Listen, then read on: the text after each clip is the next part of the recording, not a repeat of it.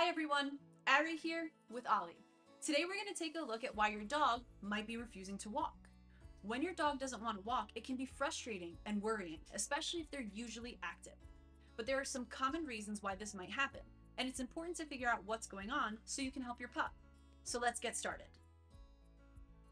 Sometimes your dog's walking gear or clothes can accidentally limit their mobility or cause discomfort, making them not want to walk at all.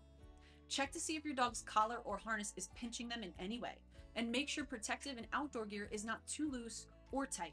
If you're using a new collar, harness, or piece of gear, introduce it to your dog gradually so they can get used to it in the comfort of your home. If your dog is afraid of walking on certain types of surfaces or around obstacles, that can make them not want to walk at all. They could be fearful of bikes, strollers, skateboards, or even pieces of trash caught in the wind. So if your dog refuses to walk, make sure to check for things that might be scaring them. Sometimes just crossing the street or changing to a quieter route can help them feel more comfortable. A move to a louder, busier city from the suburbs can be daunting, not just for you, but for your pup as well. Dogs react similarly to change, whether it's a dog you've recently adopted or one you've had for years. In a new city, your dog will encounter a variety of sights and sounds, people walking around, new noises and smells to experience, and more skateboards and strollers. Your dog may be spooked by the unfamiliar environment and refuse to walk. If they're hiding or won't move, it could be a sign that they're feeling overwhelmed. Another reason your dog may not want to walk is because they're in pain. This could be due to an injury, arthritis, or any other type of physical discomfort. If you think your dog might be in pain, the best thing to do is to take them to the vet for a checkup. Your vet will be able to help you figure out what's causing your dog's pain, and they'll give you specific instructions on how to help them heal. This may involve things like doing physical therapy exercises with them, or simply taking shorter walks for a while. Next, and this one is really common, your dog may be refusing to walk because they're scared. If your dog is a rescue, they may even have PTSD from something that happened before you got them. This could be anything from a close call with a car to a bad experience with a child or another dog. It might take some time for you to figure out exactly what your dog is afraid of, but once you do, you'll be able to help them work through their fear.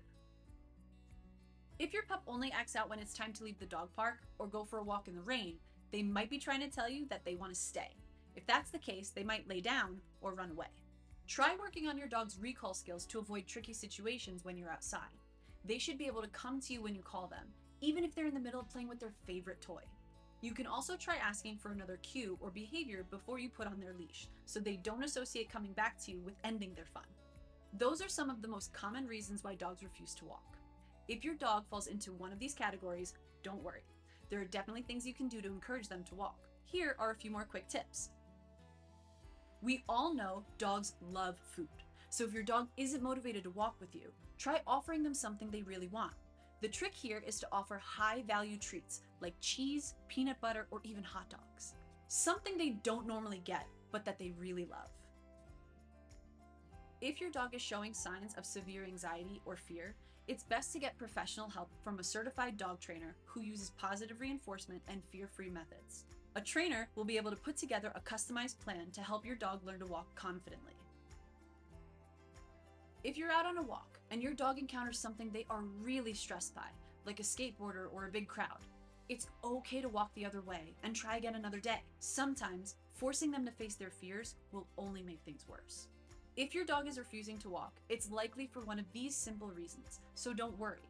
But if you're having serious concerns, remember to talk to your vet and get everything checked out.